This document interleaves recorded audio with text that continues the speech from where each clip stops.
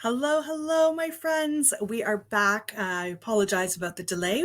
We were having a little technical trouble there. But as you come in, please do make sure that you say a quick hello in the comments.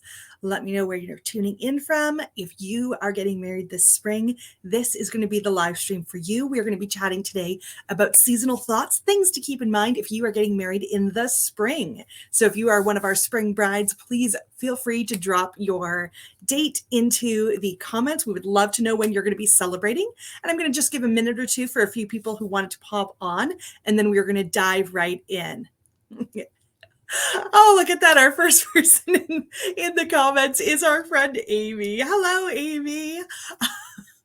Thanks for tuning in. If you guys missed it last week, Amy was on doing our live stream talking about things to keep in mind for a winter wedding. This week we're doing spring. Next week we'll be continuing on with the series, and you can tune in for summer and the following week fall. Each season brings some unique aspects that you need to think about in your planning. Some of them are major considerations, and some of them are minor considerations that will just make the day go that much smoother. So that's what we're going to be chatting about a little bit today. So I'm just going to double check that we are live in the right place. Although I think if we're seeing Amy popping into our comments, we should be good to go. Fantastic. We are in the right place. We are ready to rock and roll. So I've got my little notebook here. I've got a few little notes that Amy and I kind of did a little brainstorming together to think about what things we need to think about when it comes to spring weddings. Now, I will not hide the fact that spring is one of my favorite seasons. It's one of my favorite seasons in life, but especially in weddings. It's such a beautiful time of new growth, new life, new excitement, and we're all kind of coming out of hibernation. So it's a wonderful time to gather and to celebrate. And we hear that a lot with our brides, that this is something they're really excited about coming out of the winter months. But what does it mean for your wedding day? Well, with that excitement to get outside and that change in weather, if you want peonies. Yes, so this is, again, seasonal things that we're going to be chatting about. One of those things is going to be the seasonality of your flowers. Now, in our modern world, yes, we can get most flowers year round, but they're being flown in. They're grown somewhere different in a greenhouse controlled setting and then brought in. It makes them more difficult to get a hold of and more expensive. So that's definitely a factor. If you're wanting peonies, you need to plan accordingly for the season. Thanks for that one, Amy. I love that. But other things that we take into consideration is as the weather gets warmer, we're all excited to be coming out of winter, coming out of hibernation of sorts. We're often planning events that have at least part of the day being celebrated outdoors. But when we look at spring, we have a real range of weather that we might be looking at. Spring technically starts in just a couple of weeks here. And I don't know about where you are, but where I am looking outside the windows, there is still that white stuff on the ground. But spring goes all the way until almost the end of June. So there are some drastic differences in weather throughout the season, but spring is also notoriously fickle, we'll say, with the weather. And you could have any range there within. When you are looking at a spring wedding, you could be looking at aspects of a lingering winter. There may still be some snow on the ground, some frost in the morning that you're dealing with, some cool winds that are whipping through your venue. As we go into spring, we also know a lot of that snow turns into the rain. That, yes, April showers will bring May flowers, but they make some very unhappy brides sometimes too. So when we're talking about a spring wedding day, we absolutely want to take weather into consideration. Yes, in the best case scenario, we would love to have a warm, sunny, beautiful outdoor day with a light breeze. It's not too hot. It's not too cold. What was it that we saw in Miss Congeniality, The Perfect Date, May 23rd? That's the kind of day we're looking for. We are hoping for that warm, sunny, with a light breeze, a very comfortable day to be outside. But unfortunately, Mother Nature doesn't always cooperate with those requests. So when you're planning for any outdoor aspects, you want to be looking at the weather. Quite often we have our lovely ladies in a small strap or a strapless dress. It may be short, it may be long, But it gets chilly, especially when you're looking at an all-day event like a wedding.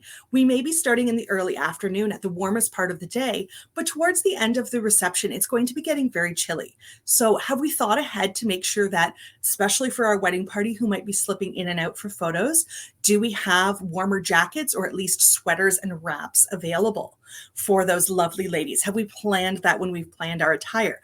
Definitely something, excuse me, that you want to keep into consideration. Also, spring is notoriously the beginning of allergy season. So when you're thinking about your guests, quite often we are talking about bathroom baskets or little convenience stations that we're leaving out for people. We want to think about the fact that some of our guests may be affected by allergies. Perhaps we don't want to plan to be in the middle of a forest if we know that that's an ongoing concern. But if it is just a minor concern, it might be as simple as perhaps making sure that when you put out some Tylenol. You may also want to put out some kind of allergy medication.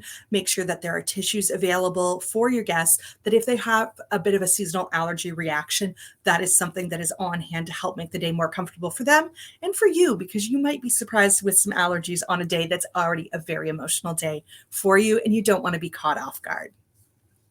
We also have to look at backups for the weather. As we said, Mother Nature is notoriously unpredictable and things can change quickly. So when you're planning your ceremony or reception for outdoors, you want to talk to your venue ahead of time to know what is the plan in the case of inclement weather. If it is raining, if it is just too cold and windy, is there an indoor option? When does that call need to be made? And how can we make that as smooth a transition as possible for you and your guests? This is also something to consider when it comes to your photo locations. A lot of the times we choose spring because we want to have beautiful outdoor photos in these fresh blooming flowers. And then we get a bad rain. Or it's been an exceptionally cold spring and we don't have beautiful flowers. And instead of green grass, we have mud tracks. Or maybe it's even unfortunately raining when it's time to go out and do photos. What are your backups? Are there options either on site or very close to your location that you can get to for some backup photo locations so that the weather doesn't ruin the possibility of having beautiful photos of your day? We love planning wedding days. We love supporting you guys on your wedding days, but we also recognize that photos are an important part of that because it's the memento you get to hold on to afterwards. So consider having a backup location. And as Amy was just saying, also think about other things you can do. If it's only a light drizzle or it's been a wet week, but it's not raining on the day of, what about having some cute rubber boots for you, for your bridal party, your wedding party? Maybe some umbrellas. A lot of people have gotten really into the clear umbrellas, but there are a ton of fun ones out there that if you know that you might be part of that absolutely rainy season, maybe you want to go out and pick up some cute umbrellas. There are fabulous options in all the different colors you can think of that maybe match your dresses or in some way complement it. There are ones with fun writing and inscriptions on it. Love is in the air. There's the beautiful clear ones, or even something that complements, instead of the bouquets, maybe they're holding a floral umbrella in your photos. There's a lot of great ways that you can play with this to be ready for the weather and not have it take your plans for the day completely off track. Now, that said, if you are planning an outdoor ceremony and we are not sure about the weather, you may want to look at getting a basket of umbrellas even for your guests, so that if it does start to rain during a ceremony, Amy and I have done ceremonies before where the weather looked okay until right as the ceremony started, and it was more of a misting rain at first. But with umbrellas available, everyone was able to still kind of gather for a short ceremony underneath those umbrellas together to celebrate the couple's day the way that they had envisioned it. So that's something you want to keep in mind as well. When we are talking about those outdoor locations, we've talked about allergies, but unfortunately, another thing that comes with that rainy weather, with those beautiful flowers that are coming into bloom, unfortunately, those little buzzing things. We're talking about our mosquitoes, our bees, all of our bugs that are starting to wake up and thrive in this warmer, wetter weather. If you are having an outdoor reception, especially when we're looking at tents or just an open air outdoor reception, definitely take into consideration bugs as part of the plan. Do you have a plan to try to control the amount of bugs that may be affecting your guests, especially in the dining and dancing areas? Is there bug spray available? Oh, I've seen that many times, that there's a little table outside the tent where people are being bothered by the bugs, or they want to go off for a walk on a beautiful outdoor property. There is bug spray available for them to use. These are all considerations to put into place and find ways. There are a lot of different options out there for bug repelling for larger outdoor spaces. Definitely take a look into those and consider if that's something that you need to put into place for your wedding date to have the best possible experience for both you and your guests. Another option we've seen at some recent outdoor weddings are the long style, slow burn citronella type of things that go into planters. They don't have the strong smell. They're relatively discreet, but they do help to reduce the amount of bugs in an area over the course of many hours.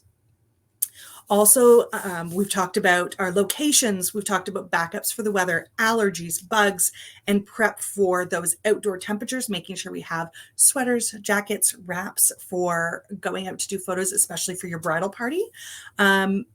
We've talked about footwear, so things like having cute rubber boots, or even if the weather's going to be a little bit on the iffy side, perhaps you don't want to be wearing those beautiful white stilettos outdoors to do photos. When the ground may be a little bit softer, it's more likely you may sink into it and that your shoes may get damaged. You may even just want to have a pair of running shoes or cute, simple flats that you can throw on for going outdoors to do photos. And that will save both your feet and your shoes from a little bit of wear and tear.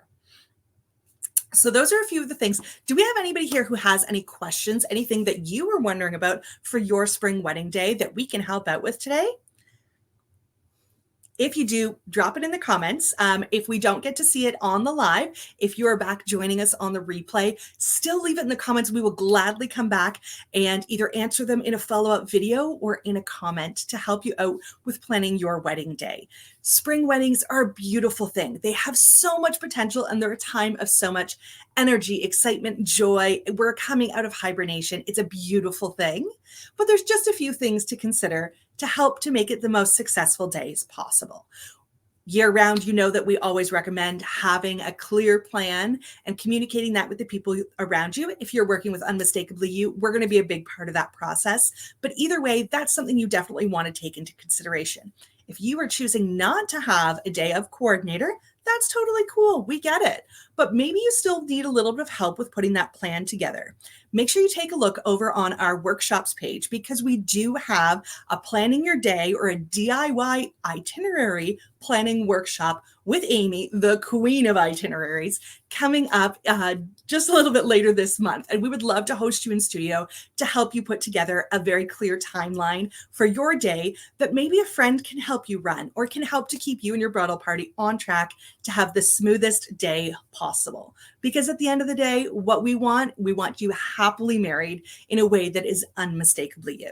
So if you need more information, pop into the comments. We would love to give you that link. I will drop it in just a couple of minutes. And if you have any more questions about spring weddings and things you should keep in mind, or situations that you're debating about, drop them in the comments below, and we would love to help you out.